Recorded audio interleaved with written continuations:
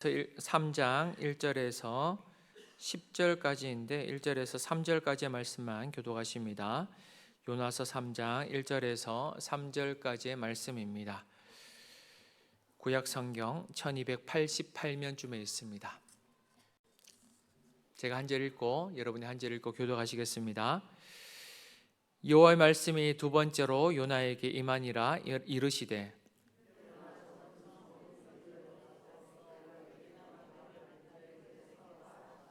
함께 읽습니다. 요나가 여호와의 말씀대로 일어나서 니느웨로 가니라. 니느웨는 사흘 동안 걸을 만큼 하나님 앞에 큰 성읍이더라. 아멘. 한번 인사하도록 하겠습니다. 앞뒤 좌우로 계신 성도님께 인사합니다. 오후 시간에도 은혜 받으세요. 이렇게 인사하도록 하겠습니다. 오후 시간에도 은혜 받으세요. 현대인들이 겪고 있는 가장 심각한 질병이자 이 만병의 근원이 무엇이냐면 그것은 바로 스트레스입니다. 스트레스 없는 사람들이 없을 정도로 모든 사람들은 크고 작은 스트레스 속에서 살아가고 있습니다. 우리는 스트레스가 없는 세상 속에 살기를 원하지만 우리가 살아가는 삶의 현실은 그렇지가 못합니다. 친구와의 관계도 쉽지 않고요. 직장에서의 관계도 쉽지가 않습니다. 심지어는 가정 안에서의 관계도 쉽지가 않더라는 것입니다. 그렇다면 여러분은 어떤 유형의 사람들을 만나게 될 때 스트레스를 받게 되십니까? 여러 가지 유형이 있겠지만 가장 힘들어하는, 대부분의 사람들이 힘들어하는 유형은 바로 변덕이 심한 사람입니다. 변덕이 심한 사람. 이런 사람들과는 대화하기가 너무나 힘이 들고요. 심지어는 일하기는 더더욱 힘이 듭니다. 스트레스가 굉장하죠. 아침에 했던 말과 오후에 하는 말이 다른 거예요. 이런 사람들과는 일을 하면 스트레스를 굉장히 많이 받게 되는 것입니다. 직장 내에서 이런 상사를 만나면은 그건 완전 미치는 거예요. 아침에 했던 얘기랑 오후에 얘기했던 얘기 너무 다른 거예요. 하라고 해서 했는데 가져갔던 이게 아니라는 거예요. 그런 상사를 만나면 마음이 정말 힘이 들죠. 그러나 반대로 함께 하고 싶은 사람들이 있습니다. 어떤 유형의 사람들입니까? 바로 한결같은 사람의 유형들. 한결같은 사람. 상황이 유동하지 않고 감정에 휘둘리지 않고 한결같은 사람들과 함께 한다는 것은 얼마나 행복한 일인지 모릅니다. 우리 성도님들 주위에는 이런 한결같은 믿음의 동력자들이 계십니까? 늘 한결같이 든든한 버팀목이 되어주는 이런 믿음의 동력자들이 있다면 그 인생은 참으로 행복한 인생일 것입니다. 그러나 혹 우리 주위에 이런 한결같은 사람이 없어도 괜찮습니다. 왜냐하면 늘 변함없이 한결같이 우리와 함께하고 계신 분이 계시기 때문입니다. 그분은 하나님이신 줄을 믿습니다. 하나님은 한결같으시며 변덕이 심하지 않으시며 늘 언제나 동일하게 우리의 인생 가운데 역사하시는 분이시라는 것입니다. 히브리서 13장 8절에 이런 말씀이 있어요. 예수님께서는 어제나 오늘이나 그리고 영원토록 동일하신 분이시다. 동일하다는 것은 변함이 없다는 거예요. 어제나 오늘이나 동일하시고 변함없으신 분이 바로 우리 하나님이시고 예수님이시라는 것입니다. 그래서 그분은 한번 그분의 뜻을 정하시면 그 뜻을 반드시 이루시는 분이십니다. 우리의 인간의 뜻과 계획은 언제든지 수정이 될 수 있고 변경이 될 수 있지만 하나님의 계획은 변경이 되지 않으며 취소되지 않는 완벽한 계획이라는 거예요. 완벽한 계획. 그런데 오늘 본문에 보시면 하나님께서는 자신의 뜻을 돌이키는 내용이 기록되어 있습니다. 왜 하나님께서는 자신의 뜻을 돌이키셨을까요? 그분께서는 자신의 뜻을 반드시 이루시는 분이신데 왜 그분은 자신의 뜻을 돌이키게 되셨을까요? 그렇다면 혹시 우리를 향한 하나님의 뜻과 계획도 취소되거나 변경되는 것은 아닐까요? 오늘 본문을 통해서 하나님께서는 왜 자신의 뜻을 돌이키셨는지를 한번 살펴보도록 하겠습니다. 먼저는 지금까지 우리가 묵상했던 요나서의 내용을 잠시 나누고 오늘 3장의 내용을 묵상하도록 합니다. 어느 날 여호와의 말씀이 요나에게 임하게 되었어요. 하나님께서 요나에게 주신 말씀은 너는 아수르의 수도인 큰 성읍 니느웨에 가서 하나님의 심판이 임박했음을 전하라는 것이었습니다. 그런데 하나님의 말씀을 받은 요나는 그 하나님의 말씀에 순종했던 것이 아니라 불순종함으로 다시스로 도망을 치고자 했던 것입니다. 하나님께서는 그런 요나를 그냥 내버려 두지 않으셨고 감당할 수 없는 풍랑을 통해 포기하지 않는 하나님의 사랑을 요나에게 보여주셨던 것입니다. 그러나 요나는 하나님께서 보내신 그 풍랑을 인해서 회개하거나 하나님께 돌아오지 않았고 오히려 바다에 뛰어들어 죽음을 선택하게 되었던 것입니다. 하지만 하나님께서는 이미 요나를 위해 큰 물고기를 예비해 두셨고 요나는 그 물고기 뱃속에서 3일간을 보내면서 하나님 앞에 회개하며 주님 앞에 순종하겠노라라고 고백하며 결단을 하게 되었던 것입니다. 그러자 하나님께서는 그 물고기를 명하여 요나를 육지에 토해내게 하셨던 것이죠. 그 내용이 바로 요나서 2장의 내용입니다. 요나가 물고기 뱃속에서 겨우 살아 육지 위로 올라오게 되었을 때 하나님의 말씀이 두 번째로 요나에게 임하게 되었습니다. 3장 2절 말씀인데요, 다 함께 한번 읽도록 합니다. 시작. 일어나 저 큰 성읍 니느웨로 가서 내가 내게 명한 바를 그들에게 선포하라 하신지라. 아멘. 하나님께서 요나에게 주신 두 번째 메시지는 여러분, 하나님께서 요나에게 주신 첫 번째 메시지와 동일한 메시지였습니다. 너는 저 큰 성읍 니느웨로 가서 내가 너에게 분부한 그 명령, 하나님의 심판의 메시지를 그들에게 전하라는 것이었어요. 선포하라는 것입니다. 하나님의 심판이 임박했음을 그들에게 선포하라는 것이었습니다. 성도 여러분, 지금 하나님께서는 요나에게 똑같은 말씀을 두 번이나 주고 계신 것입니다. 제가 구미에서 교육 전도사로 사역을 갈 때였습니다. 담임 목사님께서 사랑이라는 주제로 설교를 하셨는데 그 말씀 가운데 큰 은혜를 받게 되었어요. 그런데 그 다음 주에도 이 사랑이라는 주제로 설교를 하시더라고요. 그래서 제가 생각했습니다. 지난주에 목사님께서 이 사랑에 대해서 못다한 말씀이 있으셨구나. 그래서 이번 주에도 사랑에 대해서 말씀하시는구나. 그렇게 생각을 했습니다. 그때에도 은혜를 받았습니다. 그런데 그 다음 주에도 목사님께서 사랑에 대해서 설교를 하시더라고요. 본문은 다른데 내용은 똑같은 거예요. 분명히 다른 본문인데 결국에는 사랑하라는 것이었어요. 넷째 주가 되었습니다. 넷째 주에도 사랑하라고 말씀을 하시더라고요. 그렇게 사랑이라는 주제로 석 달 동안은 설교하셨어요. 석 달 동안. 그런데 그때 제 마음속에 그런 마음이 생겨났던 것 같아요. 목사님, 아무리 사랑도 좋지만 너무 오래 설교하시는 거 아니야? 이 사랑이라는 주제로 너무 오래 설교하시고 다 아는 내용 같은데 그렇게 너무 오래 설교하시는 것 같은데 그때 교육 전도사 때는 막 신학을 공부하면서 막 교만한 마음이 싹 트게 돼요. 지금 생각해 보면 제일 인생에서 교만했을 때가 교육 전도사일 때 같아요. 신학을 공부하면서 이제 뭐 좀 안다는 거예요.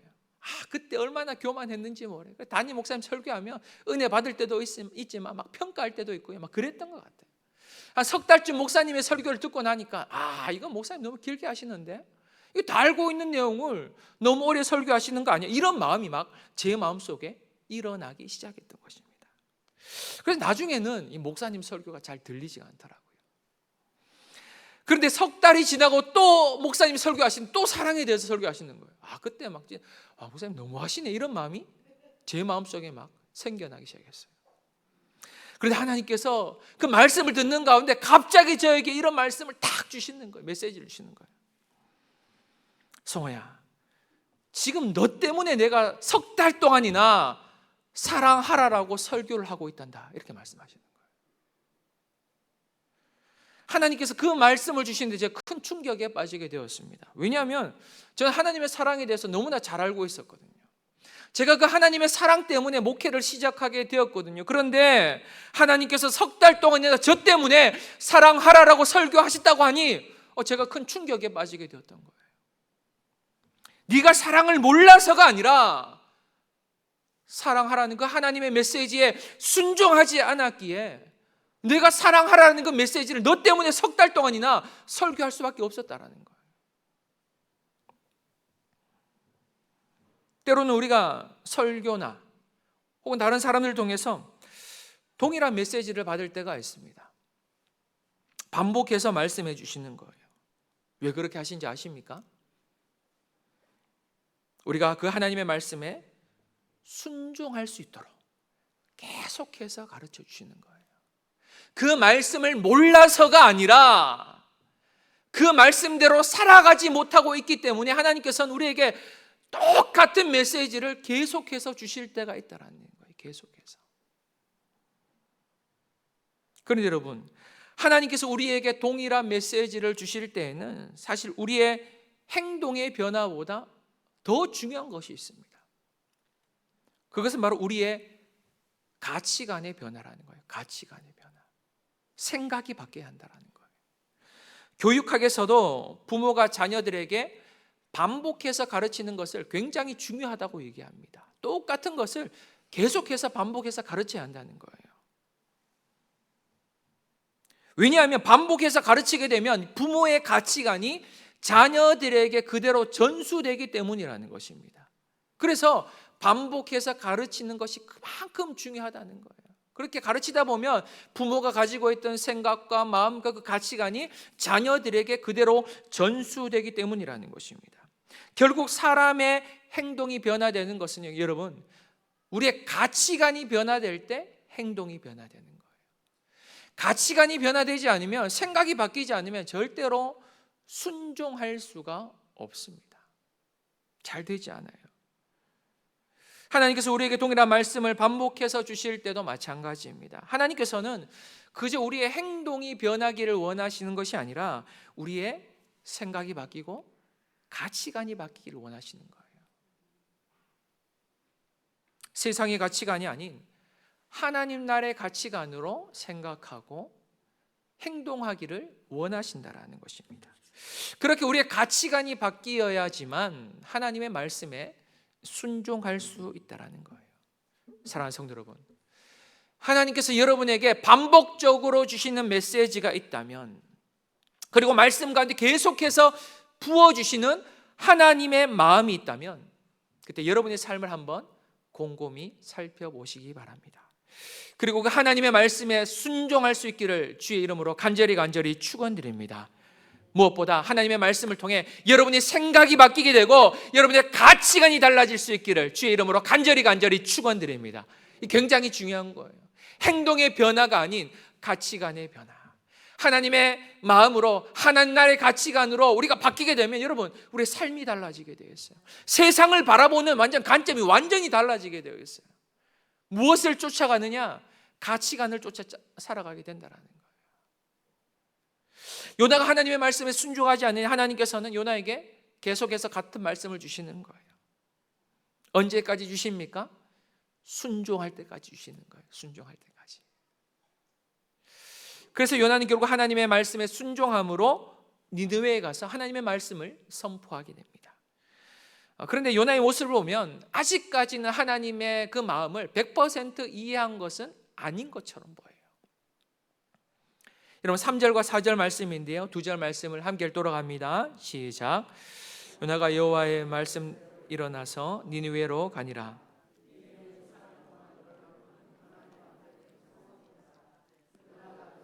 들어가서 하루 동안 다니며 외쳐 이르되 40일이 지나며 니느웨가 무너지리라 하였더니. 아멘. 요나가 하나님의 말씀대로 니느웨에 가서 하나님의 말씀을 선포하게 되었는데, 여러분 4절을 보시면 요나가 하루 동안 다니며 하나님의 메시지를 선포하였다라고 되어 있습니다. 며칠 동안이요? 하루 동안. 그런데 이 3절을 보시면 이 니느웨라는 성읍은 하루 동안 걸어 다닐 수 있을 만한 작은 성읍이 아니었어요. 그 성읍은 엄청나게 큰 성읍이었기에 그 성읍을 가로질러 가려면 최소 며칠은 걸어가야 한다라는 거예요. 3일은 걸어가야 된다, 사흘은 걸어가야 된다라는 것입니다. 하지만 요나는 3일 길을 걸어 다니면서 하나님의 그 심판의 메시지를 전했던 것이 아니라 단 하루 동안만 하나님의 말씀을 선포하였다라고 성경 말씀하고 있는 거예요. 이런 요나의 모습을 보시면 아직까지는 요나가 이 하나님의 마음을 100% 이해한 것은 아닌 것처럼 보입니다. 그러나 그럼에도 불구하고 요나는 하나님의 말씀이라면 내가 이해되지는 않더라도 순종하겠다라는 의지를 내비치고 있는 거예요. 비록 그의 순종이 온전한 순종은 아니었지만 요나는 내가 이해되지 않더라도 하나님의 말씀이니 내가 한번 순종해 보겠습니다라는 의지를 보여주고 있다는 거예요. 그래서 하나님께서는 그 요나의 그 마음을 기뻐하셨던 것 같아요. 이해되지 않더라도, 정말 하나님의 마음을 이해할 수 없더라도, 하나님의 뜻이 무엇인지 알 수 없더라도 하나님, 주님 말씀하셨으니 제가 우선 하나님의 말씀에 순종해 보겠습니다. 그 순종의 모습을 너무나도 귀하게 여기셨다라는 거예요. 너무나도 귀하게. 그래서 요나가 이 사흘 길 동안 다닌 것이 아니라 하루 동안만 하나님의 심판의 메시지를 전했음에도 불구하고 그 니느웨 성읍에 어떠한 역사가 일어나게 되었습니까? 여러분 5절 말씀인데요, 5절 말씀을 다 함께 읽도록합니다. 시작. 하나님을 믿고 금식을 선포하고 높고 낮은 자를 막론하고 굵은 베옷을 입은지라. 아멘. 이 요나가 하나님의 말씀을 선포함을 통해서 어떠한 변화가 일어나게 되었습니까? 니느웨 사람들이 하나님을 믿으며 금식하며 높은 자나 낮은 자나 모두가 다 굵은 베옷을 입었다라고 성경은 말씀합니다. 성도 여러분, 이 고대 사회에서 베옷을 입는다라는 것은 깊은 슬픔을 나타내는 하나의 표현이었던 것입니다. 회개와 겸손의 상징이 바로 이 베옷으로 나타나게 되었던 거예요. 그런데 지금 누가 굵은 베옷을 입게 되었다는 것입니까? 아수르의 수도였던 니느웨 사람들과 그리고 니느웨 왕까지도 굵은 베옷을 입고 죄를 뒤집어 쓰게 되었다라고 성경은 말씀합니다. 깊은 슬픔과 애통에 빠지게 되었던 거예요. 그런데 여러분, 지금 이 니느웨 성읍의 변화는 기적과도 같은 변화입니다. 기적과도 같은 변화.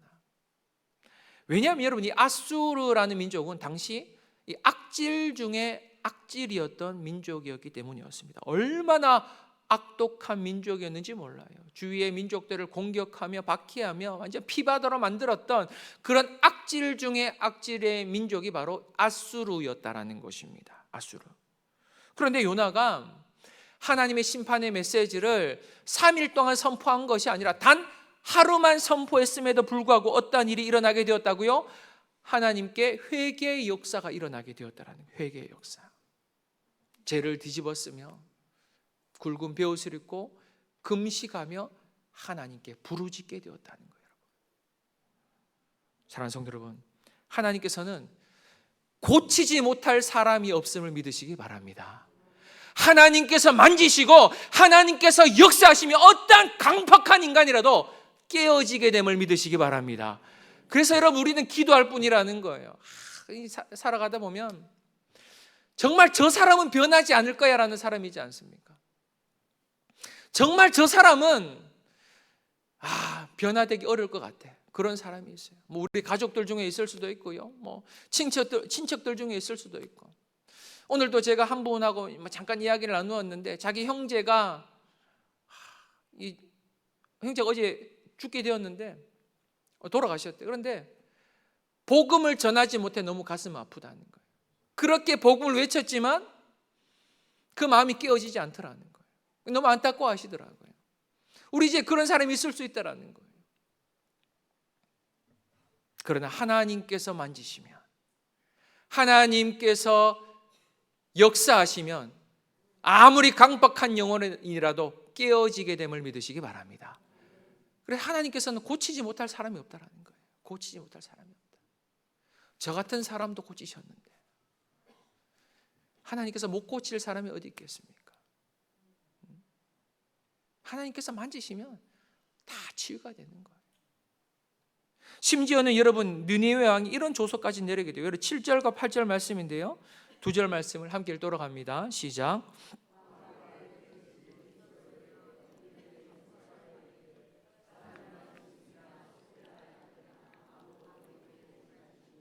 곧 먹지도 말 것이요 물도 마시지 말 것이며 사람이든지 짐승이든지 다 굵은 베옷을 입을 것이요 힘써 하나님께 부르짖을 것이며 각기 악한 길과 손에서 행한 강포에서 떠날 것이라. 아멘. 사람은 물론이요 짐승들까지도 물도 마시지 말고 금식하라는 거예요. 또 8절에서는 짐승들까지도 베옷을 입으라고 명령을 내리고 있습니다. 사람만이 아닙니다. 여러분, 짐승까지도 금식하며 베옷을 입으라는 거예요. 왜냐하면 이 아수르 사람들, 니느웨 사람들은 하나님의 이 전투 방법을 알고 있었기 때문입니다. 우리가 사무엘상을 묵상하면서 하나님의 전투 방법에 대해서 말씀드렸습니다. 하나님의 전투 방법은 바로 헤렘 전투라고 말씀드렸어요. 헤렘 전투. 헤렘 전투는 어떠한 전투입니까? 진멸하는 전투, 진멸하는 전투. 살아있는 모든 것을 진멸하는 전투가 바로 헤렘 전투입니다. 하나님께서 진노하시면 살아있는 모든 것이 심판을 받게 되는 거예요. 사람은 물론이고요, 짐승들까지도 죽게 되는 그 하나님의 심판이 바로 헤렘 전투였던 것이죠. 그래서 지금 니느웨 왕은 이 하나님께서 어떤 분이신지를 알고 있었기에 조서를 내려 짐승들까지 굵은 베옷을 입으라고 명령을 내렸던 것입니다. 그런데 가장 중요한 명령은 여러분 8절 마지막 부분에 기록되어 있습니다. 8절을 좀 띄워주시겠어요? 여기 보시면 이렇게 되어 있어요. 너는 각기 악한 길과 손에서 행한 강포에서 떠날 것이라. 너는 각기 악한 길과 손에서 행한 강포에서 떠날 것이라. 성도 여러분, 회개란 것은 그저 슬퍼하는 게 아니에요. 회개란 그저 슬퍼하는 게 아닙니다. 애통하는 것이 아니에요. 자신의 잘못을 인정하는 것이 회개가 아닙니다. 여러분, 회개란 것은 그 악한 길에서 돌아서는 것을 의미하는 거예요. 돌아서는 것. 그게 바로 회개라는 거예요. 잘못된 행동을 끊어낼 수 있는 것이 바로 회개라는 거예요. 하나님, 제가 오늘 이런 죄를 지었는데 잘못했습니다. 그러면서 돌아서서 죄를 짓는 것은 회개가 아니라는 거예요. 그것은 죄책감으로 그저 슬퍼하는 거예요. 진짜 회개는 하나님의 말씀을 붙잡고 그 잘못된 행동으로부터 단호하게 돌아서는 것, 그것이 바로 회개라는 거예요. 그런데 여러분, 이 돌아서는 게 굉장히 힘들어요. 내가 지금까지 이렇게 살아온 것을 다 알고 있는데, 남들도 알고 나도 알고 다 알고 있는데 그 길에서 딱 돌아서서 어제와 다른 오늘을 살아간다는 것은 굉장히 힘든 일이라는 거예요.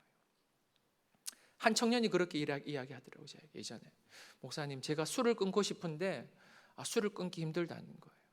왜냐하면 제 친구들하고 다 술을 지금까지 마셔왔는데 내가 결단했다고 해서 나 이제 술 안 먹어 이렇게 얘기하니까 친구들이 막 조롱하더라는 거예요. 어제까지 술 같이 마셔놓고 뭐 하는 짓이야 이러면서 막 손가락질하고 비난을 하더라는 거예요. 사람들이 내 모습을 다 알고 있는데 제가 그 길에서 돌아서려고 하니까 사람들로부터 외면을 당하고 소외를 당할까 봐 너무 두렵더라고요. 이렇게 얘기를 하는 거예요. 여러분, 죄악된 길에서 돌아서는 것은 여러분 결코 쉬운 일이 아닙니다. 때로는 사람들의 손가락질을 받을 수가 있어요. 너 어제까지 그러했잖아. 비난을 당할 수가 있습니다. 그러나 그럼에도 불구하고 돌아서는 것이 바로 회개라는 거예요. 우리 성광의 모든 성도님들의 삶 가운데에는 이런 돌아섬의 은혜가 넘쳐날 수 있기를 주의 이름으로 간절히 축원드립니다. 그렇게 니느웨 사람들이 하나님께 회개하며 죄악된 길에서 돌아서게 되었더니 어떤 일이 일어나게 되었다라는 거예요. 여러분, 10절 말씀입니다. 10절 말씀을 다 함께 읽도록 합니다. 시작. 하나님이 그들이 행한 것 곧 그 악한 길에서 돌이켜 떠난 것을 보시고 하나님이 뜻을 돌이키사 그들에게 내리리라고 말씀하신 재앙을 내리지 아니하시니라. 아멘. 하나님께서 그들의 행한 것을 보시고 하나님의 무엇을 돌이키셨다고요? 뜻을 돌이키셨다. 하나님의 뜻이 무엇이었습니까? 그들을 심판하는 것. 그들의 악한 행위대로 그들을 심판하는 것이 하나님의 뜻이었어요. 그런데 하나님께서는 그들을 향한 하나님의 심판을 철회하셨다는 거예요. 철회하셨다. 갑자기. 우리가 서론에도 말씀드렸지만 하나님께서는 여러분 뜻을 정하시면 그 뜻을 반드시 이루시는 분이십니다. 왜냐하면 그것이 바로 하나님의 성품이기 때문에 그렇다라는 거예요. 이 하나님의 성품을 우리는 하나님의 불변성이라고 이야기합니다. 불변성. 불변성이 뭡니까? 변치 않는다라는 거예요. 신실하다는 거예요. 한번 정하시면 반드시 이루신다라는 것입니다. 하나님은 변덕쟁이가 아니시라는 거예요. 어제 다르고 오늘 다른 그분이 아니고 기분 따라서 축복했다가 기분 따라서 저주를 내리시고 심판하시고 그런 분이 아니시라는 거예요. 늘 한결같으신 분. 하나님께서 뜻을 정하시면 그 뜻은 반드시 이루어진다는 것입니다. 우리의 구원이 그렇지 않습니까? 하나님께서 우리를 구원하시기로 작정하셨는데 그 하나님의 구원은 절대로 취소될 수가 없다라는 것입니다. 때로는 우리가 죄를 지을 수도 있고 낙심할 때도 있고 하나님의 품을 떠날 때도 있지만 하나님께서 선택한 그 하나님의 백성은, 구원하시기로 작정한 하나님의 백성은 반드시 주님의 품으로 돌아옴을 믿으시기 바랍니다. 이게 하나님의 은혜예요. 이게 하나님의 성품이라는 거예요. 그런데 만약 우리가 믿고 있는 하나님이 변덕쟁이시라면 여러분, 우리가 불안해서 신앙생활을 할 수 있겠습니까? 죄를 지으면 그 즉시 막 심판을 하고 교회 안 나오면 막 가정에 문제가 생기고 그러면 막 교회 예배 안 빠지시겠죠, 맞죠? 그런데 여러분, 그렇게 하나님께서 우리를 대하시게 되면 불안해서 어떻게 신앙생활을 할 수가 있겠어요? 막 하나님이 감정에 따라 막 역사하시면 불안해서 어떻게 신앙생활을 할 수 있겠습니까?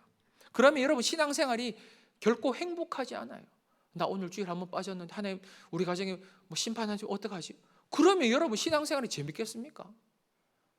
불안하죠, 불안해. 나 오늘 죄를 지었어요. 하나님 이거 기억하시고 내 인생 심판하시면 어떡하지? 벌을 내시면 어떡하지? 그러면 신앙생활이 행복하지가 않아요. 하나님은 우리의 행동 따라 역사하시는 분이 아니라 하나님의 언약을 따라 역사하시는 분이시라는 것을 믿으시기 바랍니다. 그래서 우리가 행복하게 신앙생활을 할 수 있는 거예요. 왜냐하면 하나님의 언약은 변치 않는 언약이거든요. 우리의 행동은 어제 다르고 오늘 다르고, 우리의 마음도 어제가 다르고 오늘 다르고 오늘 아침이 다르고 오후가 다른 게 우리의 마음인데 하나님의 언약은 그렇지 않거든요. 하나님의 언약은 언제나 동일하시며 언제나 신실하시기 때문에 우리가 행복한 신앙생활을 할 수 있다는 거예요. 그런데 여러분, 오늘 본문에 보시면 하나님께서는 그분의 뜻을 돌이키셨다라고 말씀합니다. 하나님께서 여러분 심판을 작정하셨을 때는 감정적으로 심판을 하신 게 아니에요. 니느웨 너 한번 혼나봐야 돼. 아수르 너 주위 이웃들 민족들 괴롭혔지? 너 한번 심판받아야 돼. 그런 마음으로 하나님께서 심판하신 게 아닙니다. 그들의 죄악이 하나님의 인내의 수준을 넘어서게 되었을 때 하나님께서는 참고 기다리셨다가 그들을 심판하시기로 작정하셨던 거예요. 그런데 그렇게 어렵게 작정하신 하나님의 그 심판을 돌이키신다는 것, 이것은 하나님의 불변성이라는 그분의 성품과 충돌을 일으킨 것처럼 보인다는 거예요. 그러나 하나님께서 그분의 뜻을 돌이키셨다는 것은 그것이 그분의 성품과 충돌을 일으킨다는 것이 아닙니다. 웨인 구르넴이라는 신학자는 이 하나님의 불변성에 대해서 이렇게 이야기합니다. 제가 읽어드리겠습니다. 하나님은 그의 존재의 완전성, 목적 그리고 약속에 있어서는 불변하나 그럼에도 하나님께서는 행동하시는 분이시기 때문에 각 사랑에 따라서는 다르게 행동하신다. 이거 혹시 자막이 없나요? 자막 있나요? 네.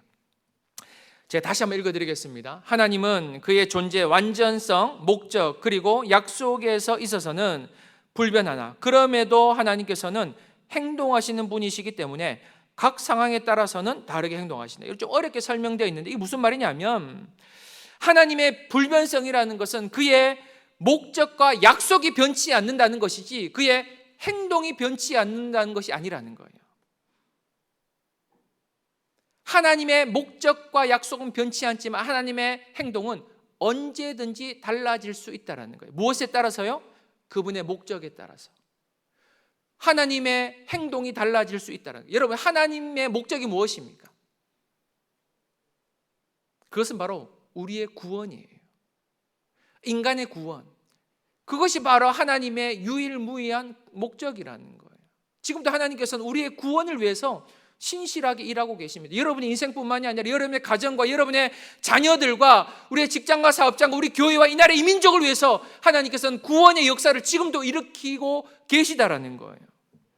그래서 하나님의 그 목적이 무엇이냐면 온 인류가 회개하며 주님께 돌아와 주님을 찬양하며 예배하는 것, 이것이 바로 하나님의 목적이라는, 변치 않는 목적이라는 거예요. 다시 말해 영혼 구원이라는 하나님의 목적을 이루기 위해서는 그분의 행동은 언제든지 바뀔 수 있다는 거예요. 행동은 바뀔 수 있다는 거예요. 구원을 위해서는. 그렇다면 하나님께서는 어떠한 영혼들에게 하나님의 구원의 은혜를 베풀어 주십니까? 바로 겸손히 하나님을 찾는 자들에게 하나님께서는 은혜를 베풀어 주신다는 거예요. 여러분 9절 말씀인데요, 9절 말씀을 다 함께 한번 읽도록 하겠습니다. 시작. 하나님의 뜻을 돌이키시고 그 진노를 그치사 우리가 멸망하지 않게 하시리라. 그렇지 않을 줄을 누가 알겠느냐 한지라. 우리가 악한 길과 강포에서 돌아서면 하나님께서는 뜻을 돌이키사 그 진노를 그치게 하실지 누가 알겠느냐, 이런 의미입니다. 혹시라도 하나님께서 은혜를 베푸실 수 있으니 너희는 악한 길에서 돌아서라는 거예요.